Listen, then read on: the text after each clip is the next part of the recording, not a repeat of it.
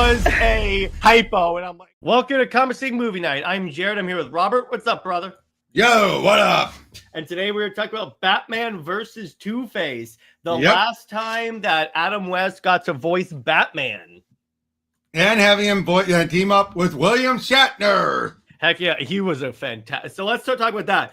So Shatner voices Two-Face, and I gotta say, not a bad job. Definitely not a bad job. And funny enough, while Eastwood's always been the one everyone's heard about being the first voice, apparently Shatner was another one they were considering. Which works. So you could say he was Captain Two-Face. Yeah, but I gotta say, he really nails doing a younger voice. And then when he's Two-Face, he's actually kind of terrifying. He actually is. And that's kind of funny because this is my first time hearing William Shatner voice a bad guy. And when I'm checking this out, I'm like, oh, yeah, he definitely could. Like, if they had him, it would be cool if he voiced Two-Face in, like, other stuff, too. Oh, yeah. And again, hearing him, like, and I gotta say, the portrayal of Harvey here as being Bruce's best friend, but we never heard about him until now, was an intriguing idea. Yeah, I know. Is that a retcon, or is that like more of a reveal? It's more of a, dude, let's be honest, even the show would have revealed, like, it's his longtime friend. Never seen him before, but... you know what? For shorthand, we'll just call it a retcon because that's kind of what it is. But it's like with that, it's kind of interesting because, well, for one thing, it's a common like concept, if you will, in DC Comics that like Bruce and Harvey were friends before they obviously, before Harvey became Two-Face. So that kind of works on that. It adds a little bit more tragedy on this. I liked how in this, okay, Robin's not having any of it. It's like it's a dynamic duo. The other thing is when I'm checking, the funny thing about this when I'm checking it out is, all right, the villain's plot of this is extremely like it's grand. It is grand. Essentially, they've created a serum that when you hit someone with it, it turns them into a Two-Face. Because what's the topic here? Two-Face's origin is not traditional. Basically, it's kind of unique if they actually avoid the violence of it. Basically, Hugo Strange, didn't expect him, with assistant Harley Quinzel, has nothing to do with Joker here, are trying to come up with an evil extractor to drain out all the evil of some of Gotham's criminals, which in this case are Joker, Riddler, Penguin, Mr. Egghead and Freeze. And yet, they have so much evil in them, the machine can't handle it. So it explodes. Batman tries to protect Harvey, covers half of his face, the other half hit by evil.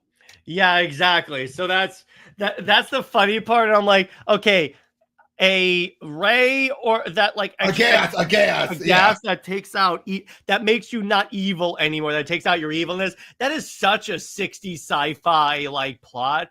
And having Strange do it was like perfect choice. But that's the thing. It's like, even though these are, for lack of a better term, modern movies, they feel like they managed to pick a plot that sounds believable, that it's like in that time period. Although, as I mentioned before, and we can show it quickly, because I want to do a compare back and forth as we go through this. So can you hold up the scan? Yeah. There is the lost episode of what they originally had in mind. First of all, look at that Alex Ross cover. Love it. But we have Jose Luis Garcia Lopez and Joe Prado on artwork. But here, they would have revealed his origin was basically the traditional origin. Mm-hmm. And this is what they had planned, even back then. So it's interesting that original plan would have been more straightforward. The movie's plan, origin is a bit more out there. But here's the thing. Do you think they would have actually been able to do Two-Face in the 60s? I'm not talking about like makeup effects or so, but I'm talking about tone and everything with the show. Well, yeah, because here he's just a bank robber in this version. In this version, he just does the bank robbing, flip the coin. Although they do have the twist of if they get it, if it's good side, bad side, he keeps it. If it's good side, he returns it with interest, including revealing a lost missing piece to some collection that he just happens to have. Yeah, Cameron says feels funny that Harley is in this when the Adam West age she didn't exist. Correct me if I'm wrong. Yeah, you are correct. She wasn't around when Grace did. out. Yeah, they did that for a nice reference here, but Mhm. but yeah, and the way I do like though how Batman actually defeats them here. It's simple. And this is the original. What would have been the original have been? He flipped the coin, but it ended up on its side. So Two-Face is like, "What? No!" But then at the very end, what does Batman do? He then tells them, gives them two bad options. But then he says, "Here's the third one. If it lands on the edge, you surrender. You realize the odds of? All right." And it ended on the edge. Of course, then Batman says, "Don't you honor the coin?" So he turns himself in. End of story. He swapped the coins. That is so good, using a villain's own psychology against it. That's but yeah, great. but you know, they would have made it work, but it would have gone more of just a bank robber with scarred face. Yeah, exactly. So again, yeah, they would have made it work. They would have, but I'm saying that also worked in terms of the censors, because I know on TV they were less like free, if you will, in terms of what they could do. Oh yeah, but here though, okay, Harvey's become Two-Face. We get a montage of all of his crimes in the very big in the intro, and then we open back up and Harvey's cured. Yeah, I'm like, well, that's apparently that's funny. You retconning the whole thing in there, but I'm like, okay. I mean, I get what they were going for, because it's like they're like, okay, he became Two-Face. Assume he has all this history with Batman. Okay, moving on to the plot of the movie. Yep, and I say I do like you're the assistant to the assistant district attorney. That's like Dwight Schrute energy, where it's like your assistant to the regional manager. I know, just like the assistant to the assistant district attorney. Very well, I'll do it, even though you've realized something's up. And I do like how, yes, they haven't be Two-Face, but then they have there be a mystery going on, like someone's trying to frame him. Yeah, it's better than in the movies when they had Harvey's name be Harvey Two-Face. Well, that was something introduced from the anime series, but yeah. Although I gotta say, this movie really puts the emphasis on how incompetent Gordon O'Hara are. We're like, we don't stand a chance. It's like, okay, they were never that bad. Yeah, exactly. I do think they made him a bit of a farce in this one. A little bit. I do agree with you on that one. Although, I love the subplot. Aunt Harriet thinks there's something else going on between her boys. Yeah, I know, and that's kind of interesting, because even during this time, was it also during this time? Well, actually, it was before this. She was brought in because of Wortham.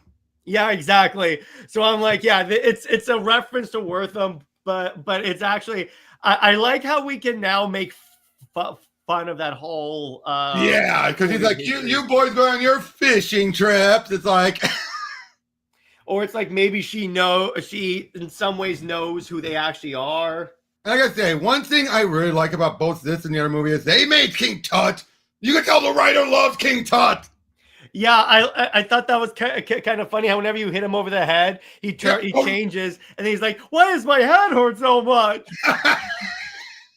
But I swear, I got a little. I cracked up when Harvey is fighting Two-Face. Yes, you heard me right. Well, yeah, he's punching himself at the very end. Yes, but like, or when Two-Face is trying to turn into Two-Face permanently, so he chokes himself.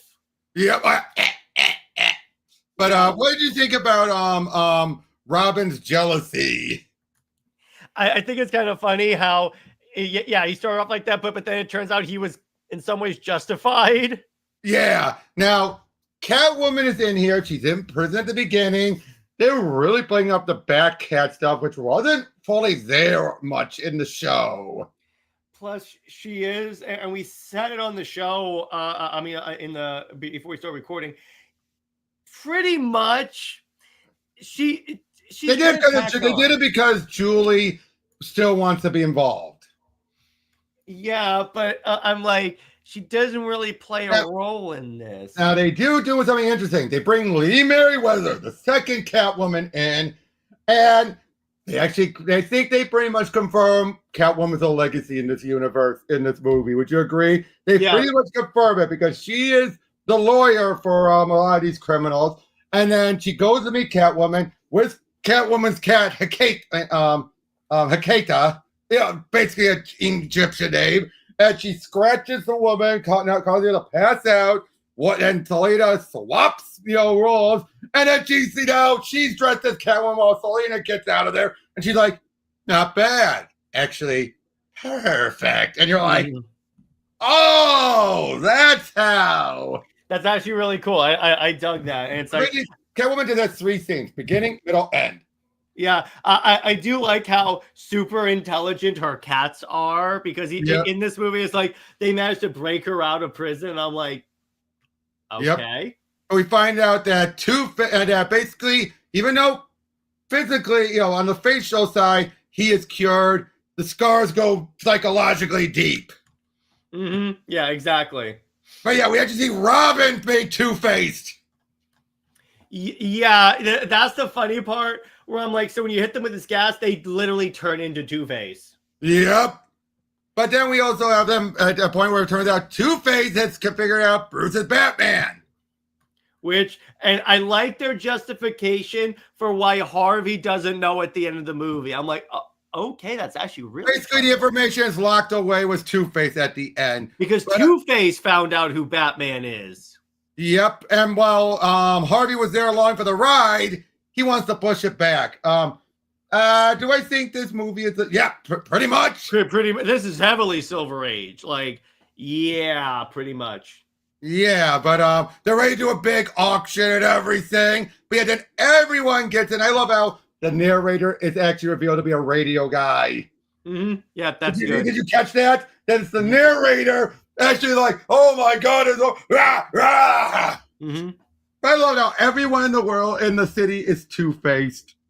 Yeah, that was really, and then the way that they administer the cures, like they essentially bomb the city with machine guns, but they shoot cure.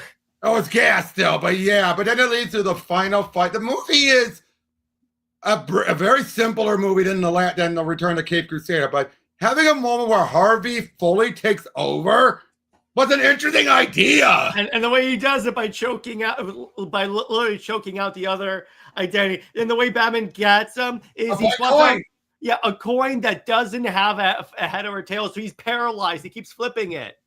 Yeah, and then he just like doink. No, and then that gives Harvey the opportunity to take back control. And Yeah, I love that. That was really the entire movie. I think was that was like the highlight, where I'm like, yeah, this is definitely something that could happen in the 66 TV show. And then and then it ends with they're doing an auction, kind of like Batman and Robin. But then it's Catwoman who's ready to make the bet. Holy Hugh Hefner! Yeah, I'm like, what does the Catwoman thing have to do with Hugh Hefner? But okay. Oh no, being a ladies' man was ladies. That kind of works. Especially back then, Hugh was younger. Mm-hmm. That makes sense. He's still a playboy and everything. So yeah, he's being a playboy. Mm-hmm. Holy Hugh Hefner! Yeah, exactly. And now there was going to be a scene that would have involved Harley at the end, but they cut it because obviously Adam had passed away. Mm-hmm. Yeah, exactly. So what happened is that Adam had recorded his lines before he died, obviously, and this came out shortly after he died. Oh wait, I just found the clip. I'm gonna send it to you and we can share. It's only 32 seconds. Yeah, that's fine. So you shouldn't get stricken down. It's basically the mad love scene. Mm-hmm. Which that works. I figured that that's who that character was when she was like winking at the Joker. Mm-hmm. All right, so hang on. I'm gonna do it this way. Here we go. And yeah, there we have both of their acting was fantastic. This is some of Bill's best. Mm-hmm. Here we go.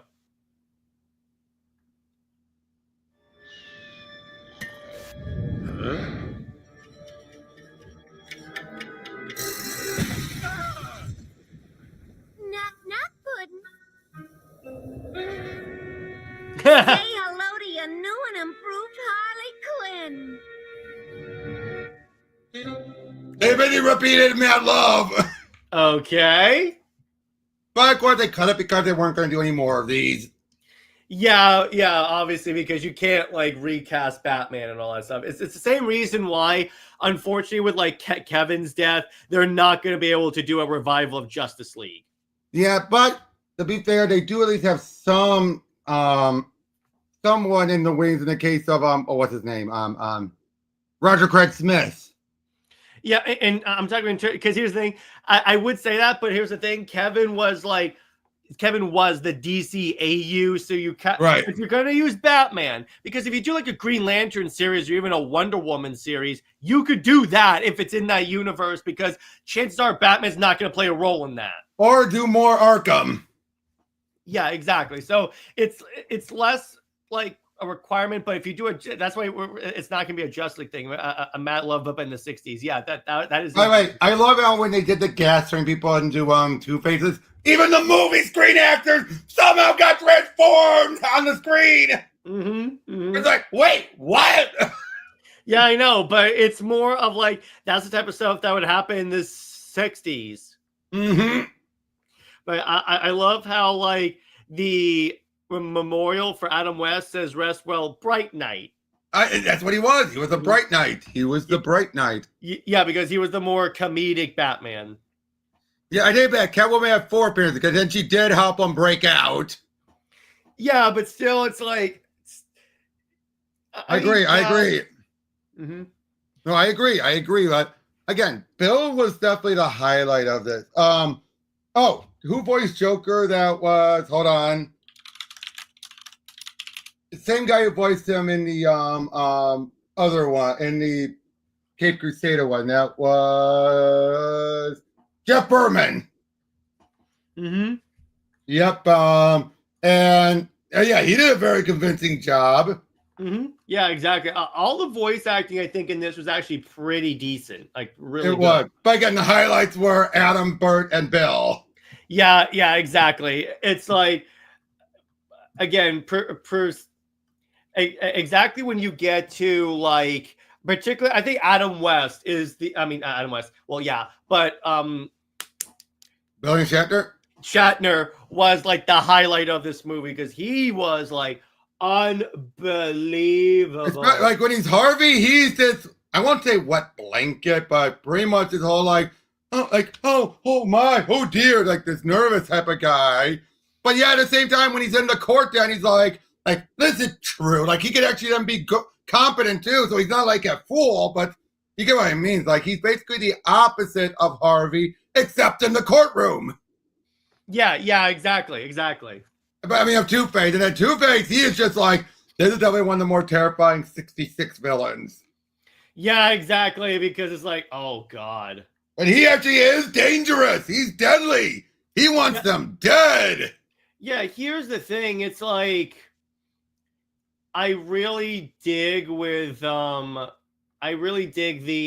that's the word. The way that they made him still terrifying, but still feel like he's in that campy like world of the Adam West Batman. Exactly. Because that's a tough thing to do, particularly with Two-Face. And like I said, the original one just treated him like he would have been a villain of the week. This one made it, the original plan, this one made it special. Yeah, exactly. So I really think they did a fantastic job, particularly with that, because it's like, that is a balancing act. You got to decide how hard do you want to go with his origin, because if you go too hard, it breaks this immersion. Supposed to be like campy, the campy tone of Adam West. Exactly. But like I said, moments like, get the lead out before I put it in. Yeah, exactly. It's like, that was actually kind of intimidating. Yeah, exactly. And it's like, again, this is the first time I've ever heard him be like, I really wish we got a sequel to this movie. Well, again, they can't because Adam. So yeah, exactly. Yeah, exactly. But yeah, they were saying a Mad Love sequel, and that would have been interesting.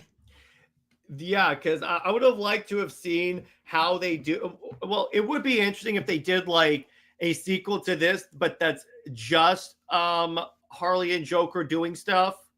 Maybe that Burt show up as Robin. Yeah, or maybe Burt becomes Nightwing in this. Nah, he's still considered a kid, remember? They even make a joke out say, isn't it past your bedtime? Yeah, or like where Batman grounds him. Oh, yeah. Okay, I gotta find that. Since we're talking about Adam West, I gotta find that soup that's short you know those old variety show type of thing they did with Batman, the superhero thing, or oh yeah, I know exactly what you're referencing. Is that the one where he was a member of the Justice League? But they had like a weird yeah, it was like weird Dr. Fate. It was like they had Green Lantern, but it was the cheapest looking thing I've ever seen. Exactly. That used to be a movie night thing one day. Yep, I gotta find out. Hold on, where is it?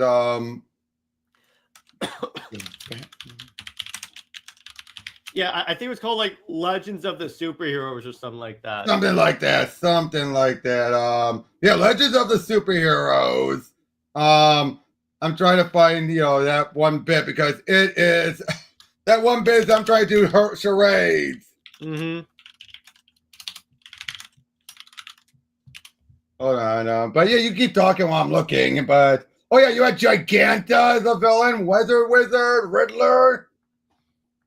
Yeah, it's like a few of those were matched up with like the heroes on the league, but there's a good portion of them where I'm like, why are you here? Mm-hmm. It's like, Robert, did you ever see the show Powerless? What? Did you ever see the show Powerless? Yes, I remember that. It was set in the DC universe, and wasn't a woman related to Bruce or something? Like I know she was working for her boss was like a cousin of Bruce Wayne. That's what I thought. But here's the weird part about that show, in addition to a lot. But it's like when you listen to the news like broadcast, it was like Sinestro is escaping from his battle with the Flash, and I go, right. Wait, what? Why? Right, I know. You could have said Green Lantern, and that kind of works out. It's also kind of funny how they live in a city where all the superheroes are. There's the clip. Yeah, it's a bit lengthier, but I think this one is not even in. I think this is not even something that could get us stricken. We'll see. If it does, you can just remove it. Yeah, exactly. So those of you who watch this on the VOD, if all of a sudden it jumps to us talking again, it's because I had to remove it. So let's do this. Yeah. So we'll watch part of it. Yep. Come on, Robin, let's go. Gee, Batman, we don't want to leave now. We're having such a good time. Do you know this, Robin? Someone's in trouble in Gotham City. Huh, that's not the only place someone's in trouble. Fuck you, Robin. To the Batmobile. Say, Batman, it's such a nice night. Why don't we walk? Walk to a crime. We have the What with the energy crisis, maybe we should get a little economy car. economy car. Yeah, like that's interesting. No, but the Batmobile's been totaled. The Batmobile's been totaled. They like, you did the right thing. Ooh, when we get you back to the cave, ooh, the things I'm gonna do to you. Yeah. That was really like that's like the cheapest like Justice League show like ever. I think it makes the '90s Justice League pilot movie look like Zack Snyder's Justice League. I'd say it's on par in many ways. Yeah, but in terms of like the quality wise, I would still say the other Justice League movie's better. True, very true. But which in many ways it is kind of funny how. But speaking of that Justice League TV pilot, it's kind of funny how that's basically Justice League International. Mm-hmm. Pretty much, but yeah. But yeah, like I said, with this movie overall, like I said, I reiterate. Trying to keep this here. That felt like a grand finale. Won't you agree? That felt like if you're gonna end it here, end it here.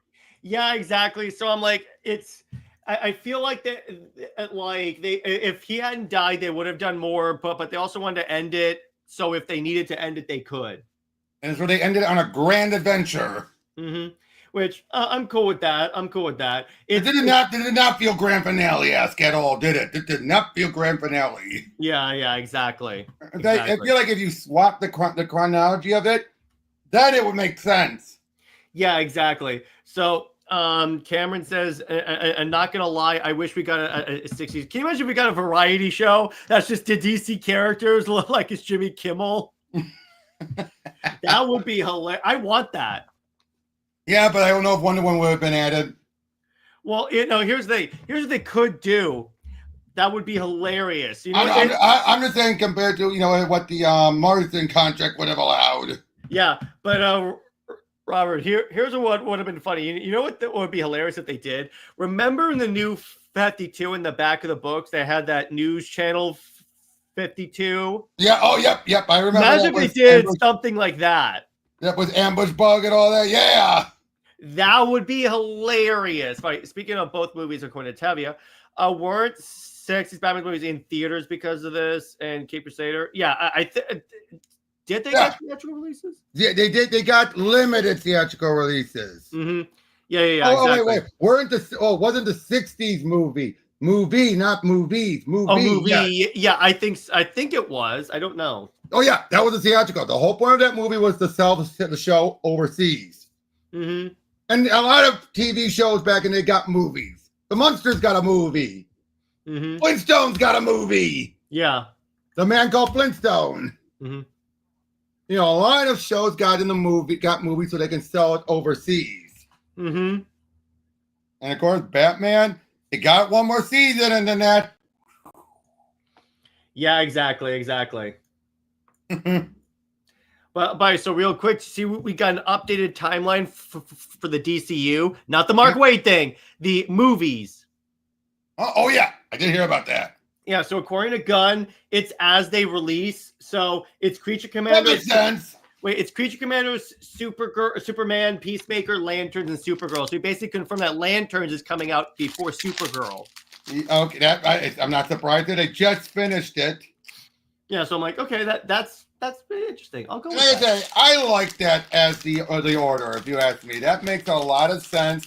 I feel, like I said, I do think that of all the leaguers that are, I'm just calling it the Justice Gang until I hear otherwise.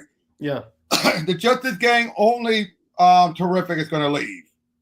Oh, yeah, 100%. We know that at least Hawkgirl and Green Lantern stay because they're in the Peacemaker trailer like that. Mm-hmm.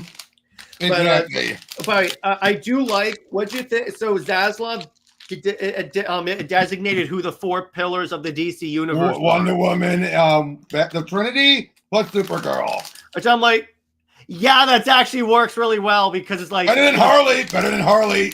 It's way better than Harley Quinn. So I'm like, okay, at least you picked. So you have 2 guys, 2 girls. You obviously Batman has to be it.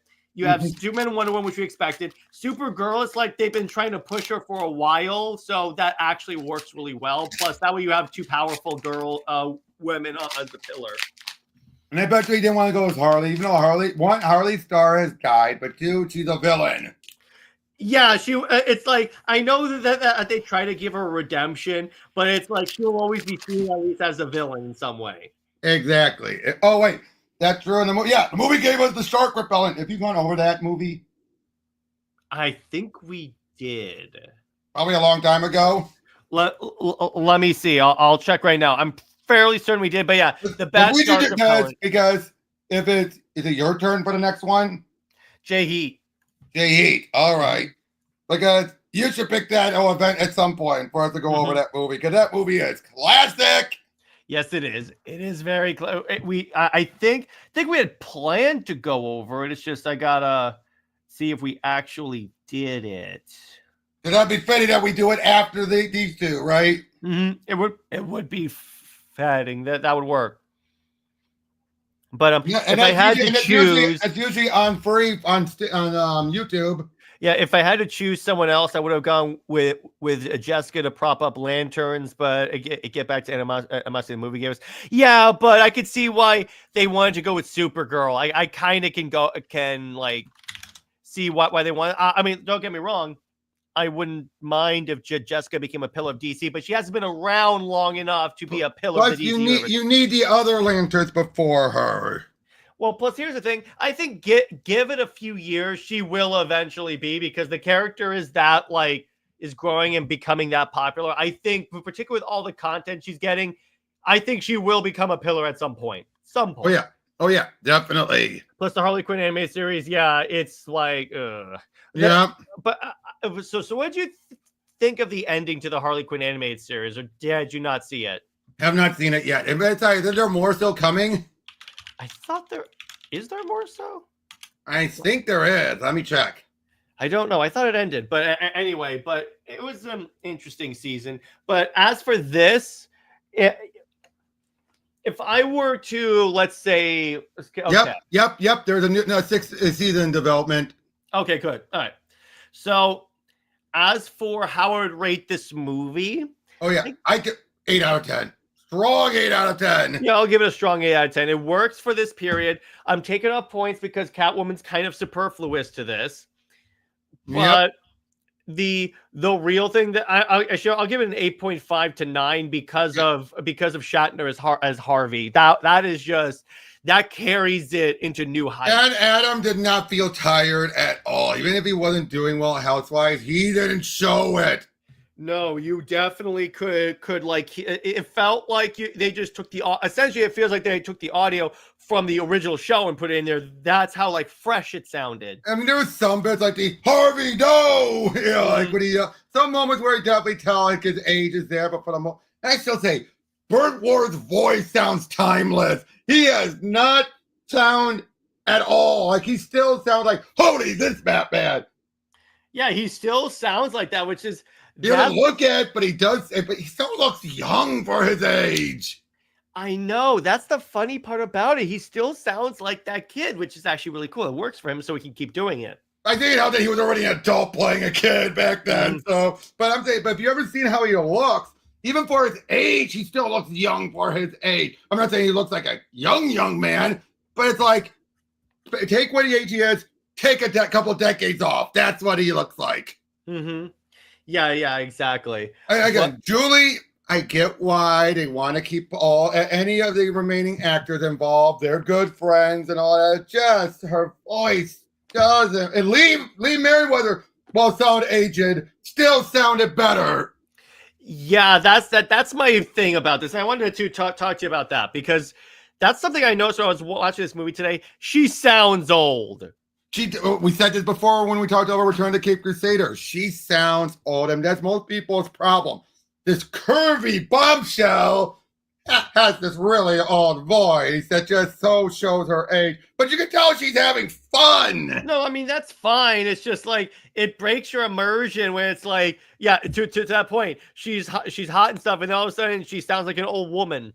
Exactly. But like I said, Lee Merriweather will sound on the old side. What didn't sound that old? Yeah, not that old, but overall, pretty good. Now, which one do you prefer, this or Caped Crusader? That's a tough one. That's it, because both of them are fun. I say I like them both for different reasons. Okay. I like the first one for the overall plot and the absurdity of bad clones, evil Batman, all that stuff. Having an anti-cure bat, thing ready aside. You're like, he's the Batman who cloned. There's that, but he's the most prepared Batman in the entire multiverse. Zdarsky said so. Yeah, that's why when Batman showed up, he gave him the thing, and he used it to take out the Joker shark. No, yeah, he got to finally use the shark repellent actual Batman. And he says, I've met the most prepared Batman of them all. Yeah, exactly. But yeah, because here's the thing: the belt is just the utility belt of plot contrivances, but it's good. It works for this Batman. But whereas this one, great acting. The plot really simple, interesting concept, but it's the performances that sell this one compared to the last one. Mm-hmm, exactly. Well, that's why I say I can't decide. I say they're two. Oh God! I said they're two halves of the same coin. I couldn't. What else can I say? There you go. That's a good one, Robert. Yeah, dude, you should get that clip. I need that as a sound effect. You need a sound effect, or just a clip of like. Yeah, I probably should. I should have that. So that's like something everyone should have for a pun. Yeah, I need a soundboard. I'll look into that. Yeah, but like I said, so you get what I'm saying, though, right? Like they are literally two halves of the same coin. One has a better story, one has better acting. I prefer Caped Crusader because everyone that's in that movie feels like they belong. Even Catwoman. It's with the Catwoman thing. I don't say even Catwoman felt like she belonged there. Here, not so much. Mm-hmm. It just felt like they felt obligated. Oh, by the way, when I was at the convention, I met so many of the X-Men voice actors, the original animated X-Men voices. Mm-hmm. They are so nice. Really? They were so nice, and you could tell they just loved being around the fans that they could find. And the fact the guy who voiced Gambit saying, this is the first, this wasn't his first con, but doing this, X-Men experience thing, it's the first time he got to interact with fans all these years. So hearing people come up saying, you were my X-Men. Mm-hmm. That's great. Yep, I mean, yeah. I think Google, yeah, but I do StreamYard, so I'm not gonna like. Right, but like I said though, and that's by the cool. way, I did find out about why Catherine Disher didn't return as Jean. Why? Now, this is not meant to be anything against Jennifer Hale at all, but because I think she did a good job. She lobbied for the part. She had Brad. Remember, this was a Disney thing. Jennifer Hale's one of the Disney princesses voices. Aurora, I think, or Cinderella, one of the two. Okay, hang on. Originally she was both, but you know why they dropped her being both? The toys made it very clear it was the same voice. Oh, really? So they couldn't keep doing it. Okay, she is Cinderella. She's Cinderella. But she used to be Aurora, but so she and she had friends among people on the production. Okay, that's so so Disher said like she lobbied hard for it, and you know what? She and they both agreed. Well, Hale did a good job. It didn't have the maturity of Disher's.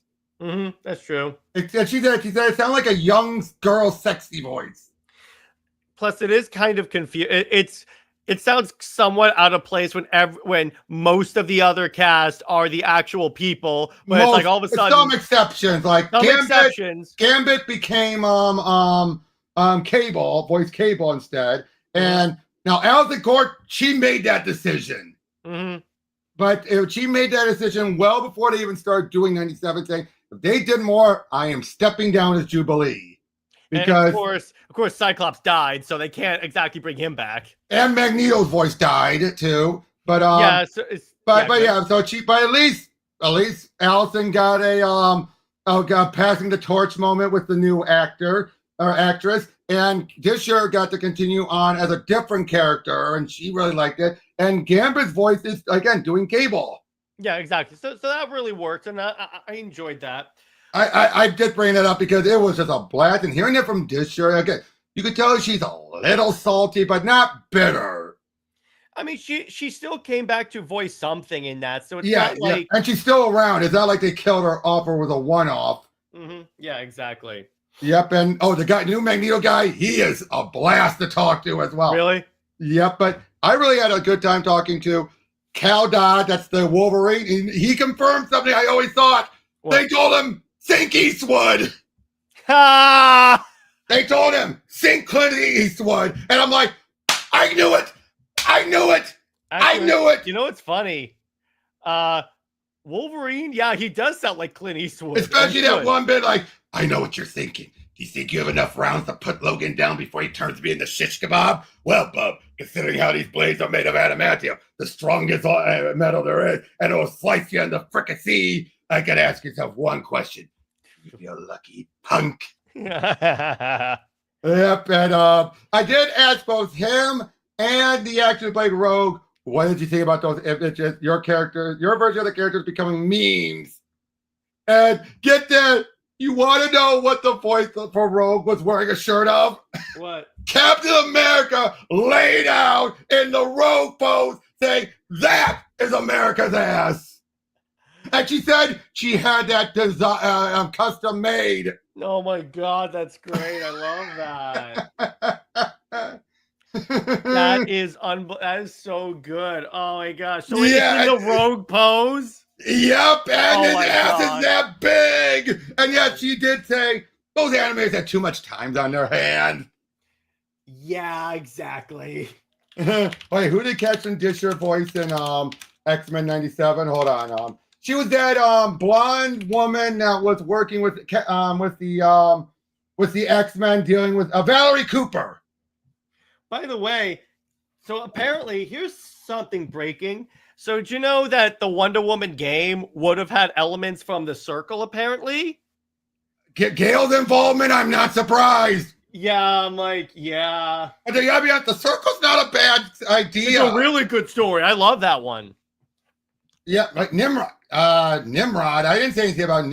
No, I said Valerie Cooper is who she played. Oh, okay, that's cool.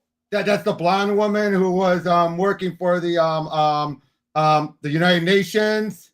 Oh, she's the one that was constantly FaceTiming them. Yep, and she was the one who was a friend of Xavier's who became the liaison. So she was part of Nimrod group. No. No, she was, or not by choice. She was taken over. The one, I think that's what Tevye is talking about. Yeah, she was the one that was taken over. Yeah, she's not a bad person, and she is going to be around for the next 2 seasons. And Disher did also share a complaint. I think because she's not a voice in one of the regulars, she feels she could say this. She agrees. They rushed the story plots in 97.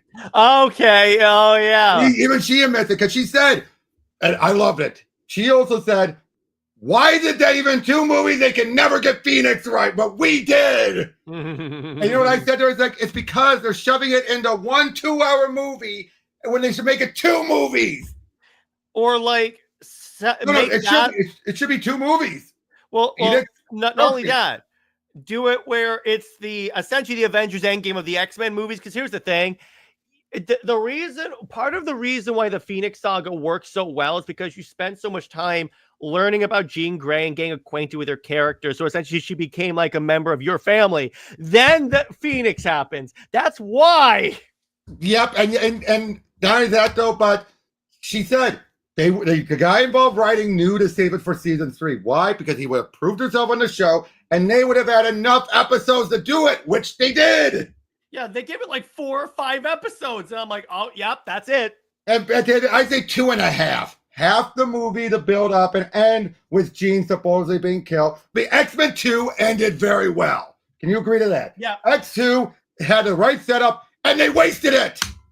Mm-hmm, exactly. They wasted it because they couldn't wait for Brian. Mm-hmm. They just had to rush it out. And it's like, you idiot. But then, I also met with Jeff Loeb, and he did interesting thing. I asked him a question I'm sure you've had about Hush 2. Yeah. Why is Joker and why is Hush wanting revenge on Joker? Was it for the pacemaker or was it for that scene that he and Lee did of him and Harley hitting him with a hammer? And he said, that's the question. They're going to reveal that. Okay. So he didn't give me an answer, but he did say that is relevant. Okay. So I'll pay attention to that. I was like, oh, cool. There and he also did clarify, apparently, okay, you remember his Superman Batman run, right? Yeah. Remember at the very end when Mixie's talking to Darkseid and saying, we have a history. What kind of history? From the 4th world to the 5th dimension. Catchy, huh? I asked him, and he said, he doesn't remember. To which, by fair, he had gone to Marvel by that point and everything. And I did ask him, World War Hulks. Was that part of the plan when you started Red Hulk? Yep, all 25 issues were planned out. Mm-hmm. So I'm like, that's cool to see. No. Tevye. No. I don't think Tevye was paying attention when we said that. No. Tevye. All he said was he's going to resolve the Robin problem. People are misinterpreting that, and so I mean, it could be they're going to kill someone. Let's just say that's a very unlikely scenario, but it is an option.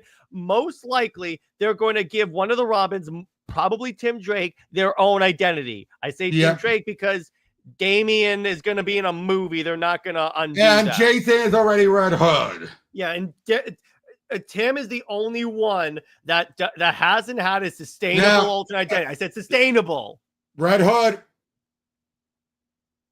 What do you mean, Red Hood? When he was Red Hood during the battle for the post-battle for the Cowl era. Wait. Tim Drake. No, Red Hood. Red Robin. Okay, but I'm not related to Robin. True, but I think Red Robin was different enough. I mean, if they brought that back... see, Cameron agrees. Cameron agrees with me. All right. Yeah, I mean, if they brought back Red Robin, I'm like, okay, that actually works. To just do that. And talking with Fabian Nicieza, he reiterated something I've forgotten that he had mentioned about when he was on my show.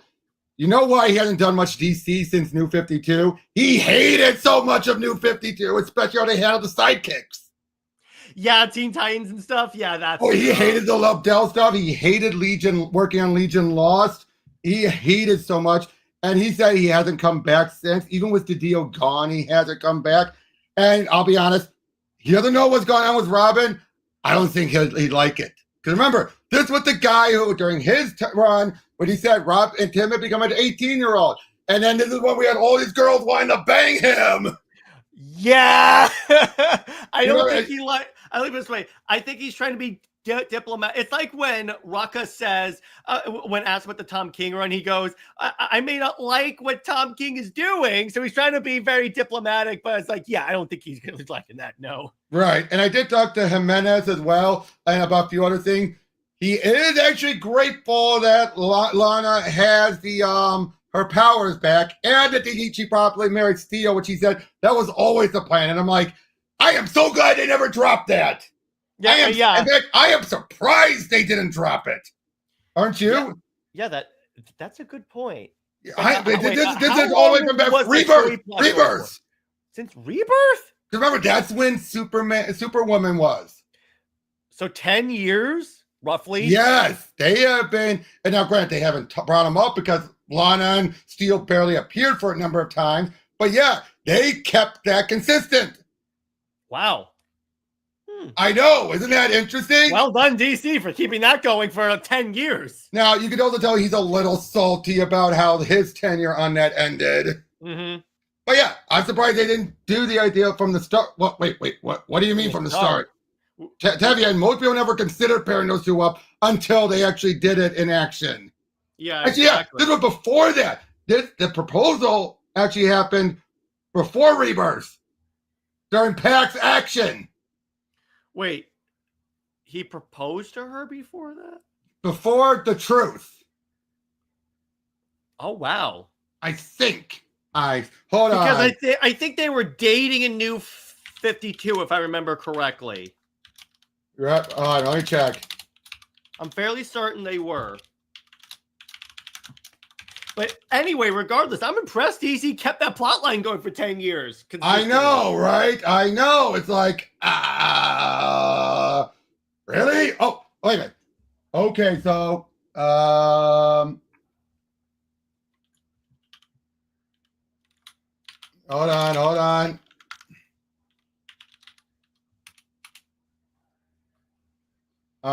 When did they say? This I didn't know about. Thank you for reminding me. Okay, I don't know. Wait, what? Oh, okay. Okay, so it was during Superwoman. Okay, so New 52. So no, Rebirth was Superwoman. Oh, okay. But yeah, I just double checked. Blinkle just did an article a few years ago during the Steelworks thing saying, "Oh, that's still going." Yeah. I am still impressed that they actually brought that back up, and then they finally fully realized it was it. I'm like, her and John, I'm not saying I'm against that pairing. It was just an interesting one. It was one I didn't see coming because I'm like, okay. But I'll be honest, Pete was always the safe bet. Mm-hmm, exactly. Can we agree to that? Pete was always a safe bet. We already know that thing ended pretty badly. Mm-hmm. But no one, oh my God, I just realized no one's done anything with Pete since Flashpoint. Yeah, that's true. Since besides a few things here and here, since Infinite Crisis. It's true. But again, besides a few appearances here and there, for the most part, he has not had a main role since Rucka's Adventures run.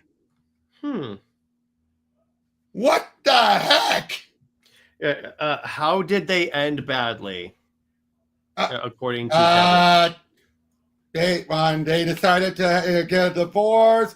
And part of its presidency blew up. It turns out she still has the hots for Clark, even though he's married. Okay. And they Pete left with their son Clark and decided to call him Richie or something like that instead, just to spite Lana and Clark. Mm-hmm. I don't like that. That's one of the few Kurt Busiek things I really did not like. Mm-hmm. Yeah, I did not dig that. No, I did not at all. Yeah, but again, it was working at the con. I gotta say, was great. It was a blast. Talking with them all, and I gotta know, do you think Jason's gonna kill Joker? I don't think so, because this is the way the storylines normally go. He gets to that point where he's about to, and then Batman talks him out of it. It's the same story. That's true. That's The true. problem with Hush 2 is that it's like it devolves Jason's character. Oh yeah, back to guns. I couldn't have the heart to ask him about that. I didn't want to, because I thought I'd come off as a dick. Yeah, but I'm like, wait a minute. You get what I'm saying, right? I mean, if I can get him on the show, which I got his email. Yeah, if you could find that out, because I'm like, okay, what is going on? Because it's something that I'm like, even I was wondering, I'm like, wait a minute. So he has the gun, ignoring the guns thing. I'm like, what? Yeah. That's extremely strange there. I'm like, and no, it's also the fact that he wants to kill, Joker again. I'm like, we're beyond this. I know, and the whole idea of Batman. Now, Batman they're willing to save Joker. No surprise. No surprise. He would. Oh yeah. If someone is there, even the Joker, he would never let them die. Like, I mean, not counting Nolan. I don't have to save you. I'm sorry. That is still a BS line. That is the stupidest line I have ever seen in a Batman movie. I'm like, you are literally still killing him by Batman's own admission. I won't kill you, but I don't have to save you. That is one of the dumbest. I'm like, who thought that was a good idea of a line? And actually, no, he didn't go back to his old costume, Tabby. That was still the same costume. Mm-hmm. That's the thing, Robert. I'm like, for a Batman that is that on I don't kill, why? It felt like they just wanted to end on a taking out the villain note. And yes, DC told you can't have him kill, so they decided to be hazy about it. Well, what you could have done in that case is have it where like he gets he rejects it. He rejects it. Or like, and Batman gets like knocked back, so there's no as he goes into save race. So he tries to save him, but then it's like it falls apart, if you will. Or how about this? He shoots at the grappling hook, puts his hand out, Grace is about to grab it. Bryce replying out to him, but then Grace closes his fist like, nope. Yeah, there you go. And then by the way, Cameron says people really take that line to the extreme, like Bruce still killed Raish. But people still say, but it wasn't by his hands. But no, it's by Bruce's own. Bruce would still grab him and pull him. No. What Cameron is talking about is some people take that line as like, Bruce didn't kill Raish, he just didn't save him. And they take that as like, that's killing by inaction. Yeah, and that's in Batman's own like code, that counts. Exactly. That's the only time it doesn't count. It's let's go with Dark Knight Returns, all right? Mm-hmm. He pulls the guys through the floor. Someone ends up shooting down there, and then it's like, did you get the suck? Yeah, I got him. That wasn't Batman's fault. That wasn't Batman's fault. He just pulled him down, and then his own guys shot him. Or those scenes from even the kid and everything. You have one guy, they're all freaked out. They see Batman outside, guy between them, shoots him down and everything. Again, not Batman's fault at all. Thug's fault. Batman's fault at all. The Thug's fault. Not Batman. It's not like Batman thought, he's going to, unless there was an inner monologue indicating Batman did that intentionally, not his fault. But with this movie, it's literally like him choosing not to save Raish. I'm like, what? And now, can I tell you one thing I'm actually fine with Batman doing? What? Say a Thug got killed, shot dead. Him grabbing him and using him as a meat shield, Batman would do that. Because he's already dead. So it's morbid, but I wouldn't want to see that regularly. But if he's desperate enough and he doesn't, exactly. If it's like if he has no other options, he's like, yeah, I gotta get out of here. So there you go. Now, of course, it only fit for early day. Modern day, he has tech and everything that can help him out. But early days, I could see that. And I mean, again, is that morbid? Oh hell yeah! But like, yeah, exactly. Quiet. I just realized we haven't done the Q&A because we're just all over the map already with what I've been bringing up. All right, screw it. You know what? If anyone wants to ask a question while we're rambling, go right about ahead. anything. We're beyond the movie. The movie's good. We enjoyed it. All right, so let's continue on. Yeah, but and then who else did I? Oh yeah, I also asked Fabian about the Godzilla, his Godzilla X-Men thing. He was blunt. He said they just asked me to do it. I'm not a big Godzilla fan, but there was other people involved, and they asked me, and I'm like, you can't get anyone else to do it, can you? But then he decided, I'll do it. Mm-hmm. And it basically, I like his bluntness there. And I still got to say, you know who has one of the best voices I've heard from a comic writer? Benjamin Percy. He has this very big, deep, manly voice. Or Grievo. Yeah, oh yeah, but seriously, have you seen Benjamin Percy? The guy is jacked. Really?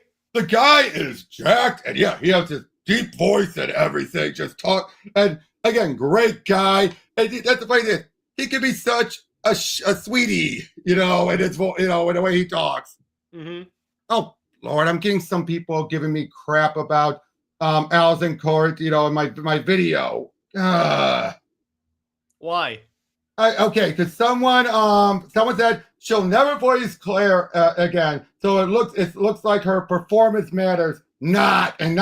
Oops. I thought she did fine, and this was all an improv on the spot. She won't voice Jubilee again because the world of acting is apparently woke and everything has to be politically correct. To which I'm going to say she made the decision before matching the voice to the race became a thing.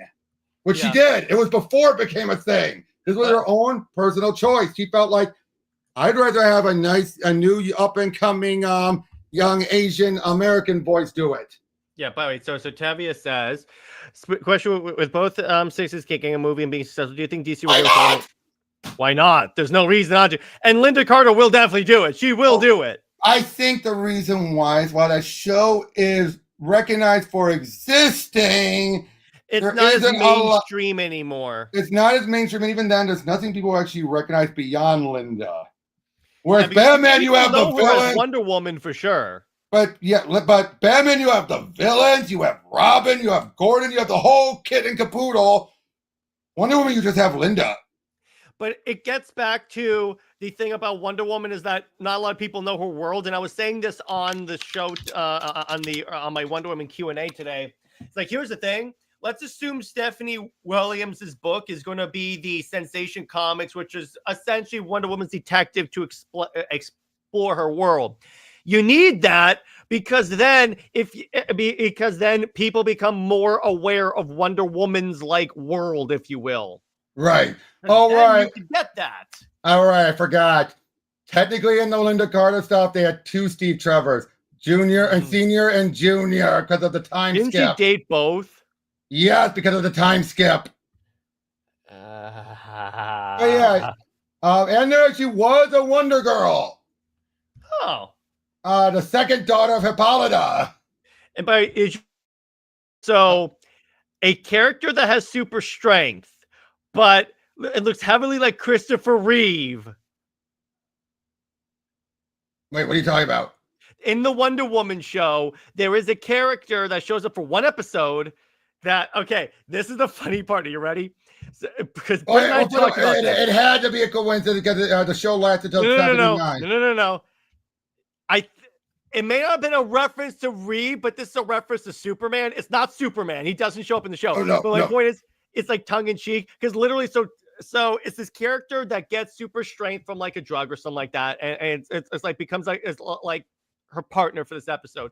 But then at the end of it, they're talking about being superheroes. He goes, and then Wonder Woman says, "You look great in in tights and a cape."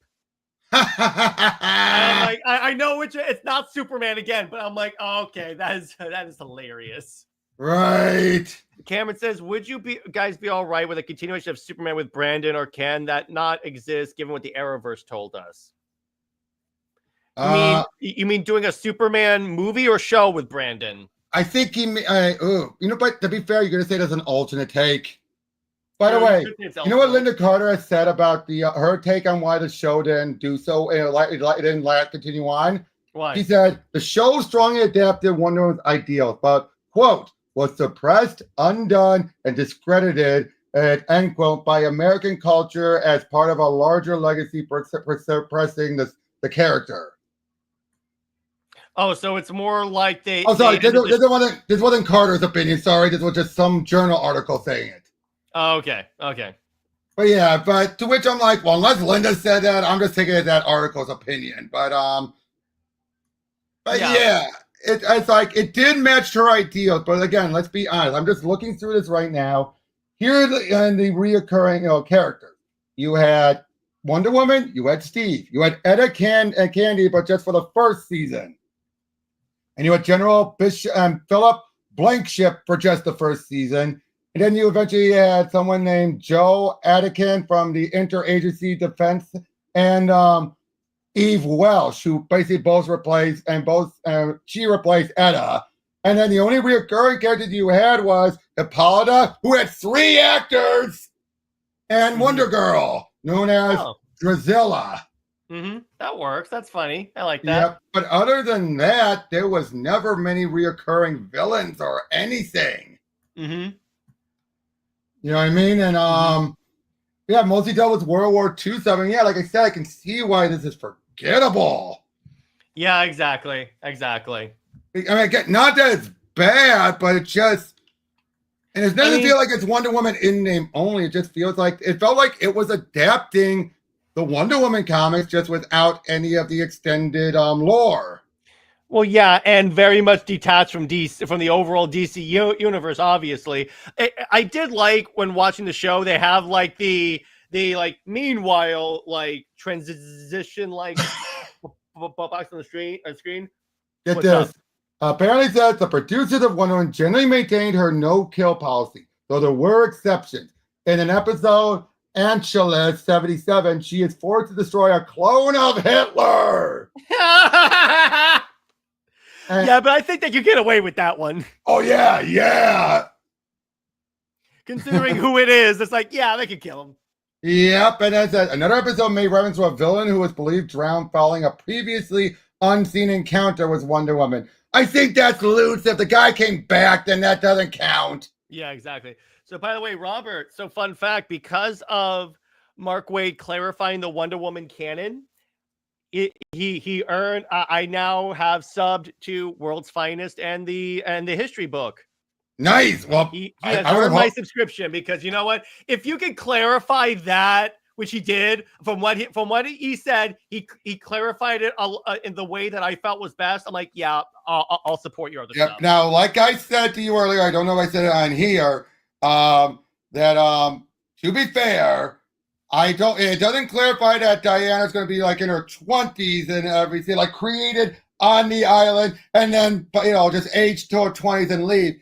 She could still be at least a little older. Now, maybe not ancient, but definitely on the older side. I don't know, because if Wonder Woman Year One is the book that they said is like canon for like her origin, she is pretty young in that. That's true, but again, it doesn't mean they're going to fall. They might adapt Year One. No, but I'm pretty sure like the general idea of that is canon. Fair enough. Hey, that's fair enough. Which is why, and you make a good point, but I brought this up again because before someone says because Year One is canon, that means Diana's canonically bi. I go, no, he's probably taking the general idea in there and saying. Yeah, the whole point is he said on my show is that they're trying to just shake things up, shake things out and see where everything lands. Like, again, the fact that Crisis fits, Supergirl died, but then is still back again somehow. That's going to be utilized. Or Justice League Wars, the first story arc of New 52 is the canon first meeting, but then eventually Cyborg will go off and join the Titans. He doesn't stick around. I think they're basically saying that story is going to be kept. I don't think the Throne of Atlantis might not be for a long time, but I definitely do not think the second arc, the one with villains. That's not. I think that's gone. That's gone. It's like, let me put it this way. No, I appreciate that. That is the simplest and most recent origin for the league. So I'm like, it makes sense that they would keep that. Let's be honest, the real reason, Jim Lee, president of the company, drew it. Yeah, exactly. That's the real reason why. Yeah, and then Throne of Atlantis is like 5 years after that, so it's probably so.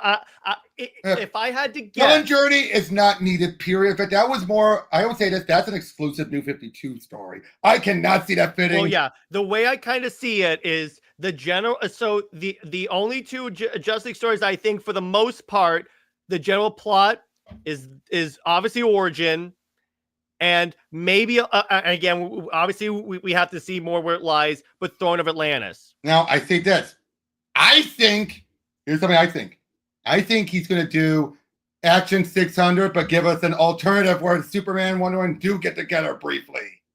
Yeah, I'm fine with that. And as long as when they break up, it's respectful, okay. And as long as like preserve that they're friends and everything like that, I will accept that. What the Amazing again? Tevya. They're not going to tell us every single story. Yeah, they can't afford to do that. I think some we can assume, because that's when Jessica was brought in.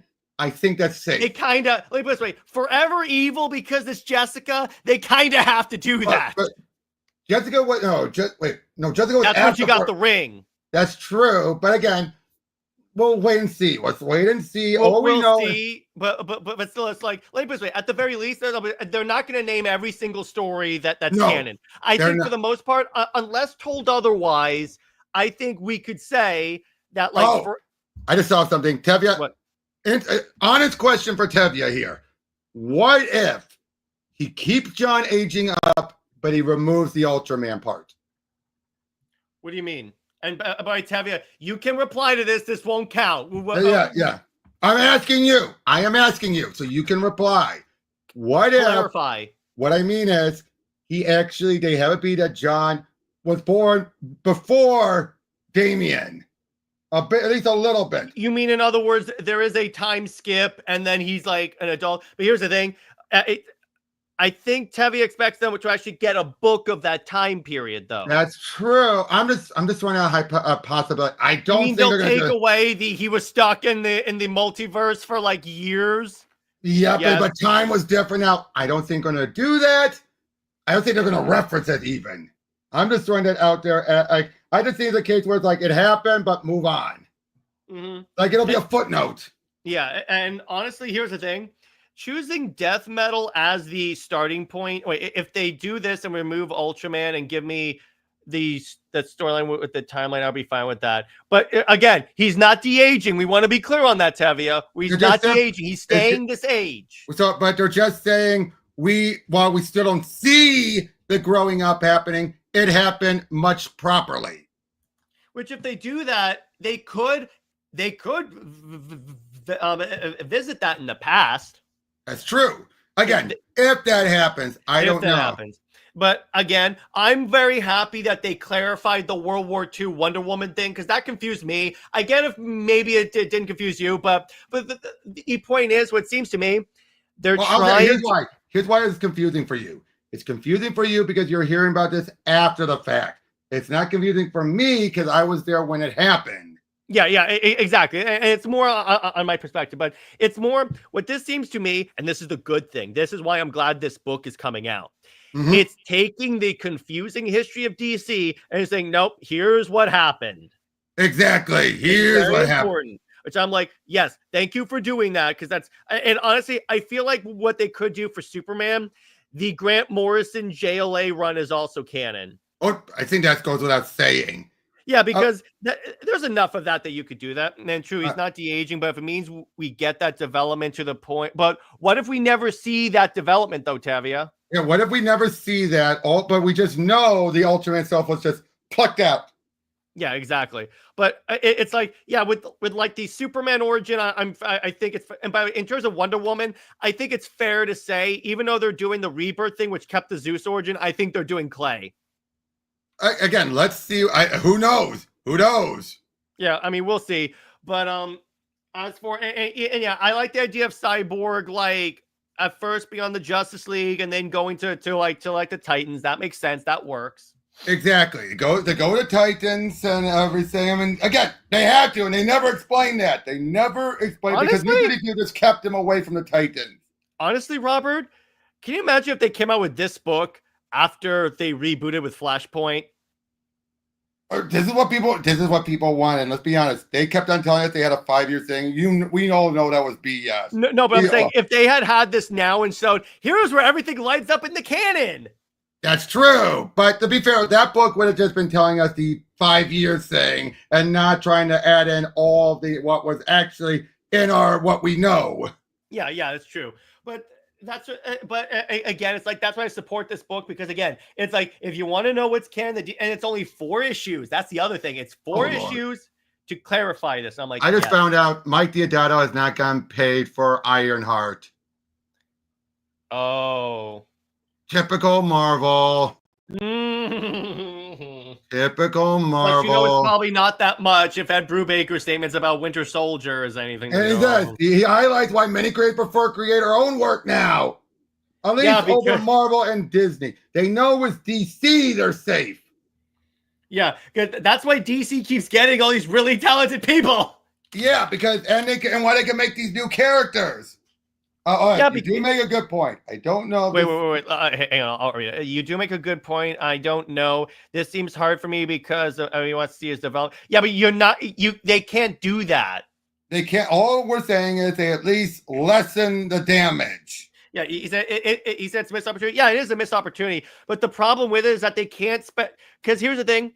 They can't spend 6 years or however long you want to do it dealing with John growing up, because it would not have been that way. They would have done another time skip. As I keep telling you, look at Franklin Richards. How long did he stay 10 years old? Not that long. So, No. Long. Dude, he was 10 for decades. Yeah, they're not going to do that because it's you just can't do that because it holds up the story. Yeah, but I tell you, we've made our point. We get where you're standing. Let's not go any further, okay? Things back on. Things back in place. All right, dude. Back in place. But yeah, so all in all, I think it's a great idea that they're clarifying the timeline at least. However they do it, like particularly with Wonder Woman. If there's any character that needs a clarification on her canon, it's Wonder Woman. That's definitely Wonder Woman. That's why I told people with today, I addressed the people that were upset about the Hippolyta being Wonder Woman thing. I said, no, here's what you have to understand. First of all, that was canon. That was canon, first of all. Well, yes, but I'm saying now recanonizing it. I'm saying what that does, it simplifies it for the general audience, because part of the problem with Wonder Woman is that her canon is complicated to people on the outside. That's why they did the Zeus origin in the first place. Yeah, so if you simplify it as much as possible, more people will pick up that freaking book. Like, look at Absolute Wonder Woman. It's the simplest origin. She's dropped off in hell. There you go. Done. Exactly. We don't know how she was born or anything. It doesn't matter. Which I would say, since it's Kelly, I think Kelly Thompson said it's the Clay origin. Fair enough. But either way, it doesn't matter. That's a simple origin for Wonder Woman, and look at how many people have hopped on the book because of that. You give her a simple origin, there you go. But anyway, I think it's a good place to leave it. So it's a good show, good movie, and I'll get with Jay Heat to figure out what our next movie is. But Robert, where can we find you and what have we got coming on your channel? You can check me in the link down below. I have Pro Teaches Noobs, let's just say I got some rough stuff going on in my life, but it's freed me up quite a bit for reasons I'd rather not go into. And yeah, I'm building up to my 550th, in which case I will cover Mouse. Heck yeah. I got to start planning to get things. So can you and I talk afterwards? So see if we can work something, because I'm trying to get things my ducks in a row for that. Cool. As for me, Wonder Woman Wednesday, I'm going to be talking about that stupid Steve statue because if there's anything if there's one panel, Robert, that exemplifies what's wrong with the Tom King's Wonder Woman run, it's that panel right there. You're going to love this. When I was covering for someone, I talked to some other people, and I brought up that statue, and one guy says, that sounds so wrong. Yeah, exactly. I'm going to talk about that because that statue's been universally blasted. So I'm like, yeah. Again, when you have other people saying that sounds so wrong. Yeah, on Themyscira, a statue that basically makes Wonder Woman subservient. Let me put it this way, if the Amazons were to make Steve a statue, which they weren't, they would make a mural. But even if they were, they would have it more equally, like they're standing side by side and holding hands. That's one thing. Yeah, she's on him. Or just him alone. Yeah, that. But anyway, I'll talk about that. And Hey, Robert, you want to tell the people what this week's UTC is? Oh, yes. We are going to be covering, because an idea came to me, Death and Return of Superman trilogy versus the Nightfall trilogy.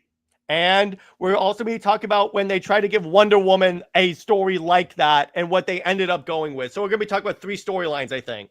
Yep. Oh, yeah. Whatever that was called. When Artemis became Wonder Woman. The story with Artemis. Yeah, exactly. That's the one. That's the one. The leather. Yeah, it's the leather costume, the biker chick costume. But yeah, the showing so much skin costume. And then this week's on Super Wonder Legacy, Brit and I are going to be comparing Superman and Wonder Woman to Green Arrow and Black Canary, and about how Dinah has become a side character in Green Arrow's book, much like Wonder Woman is in her own book.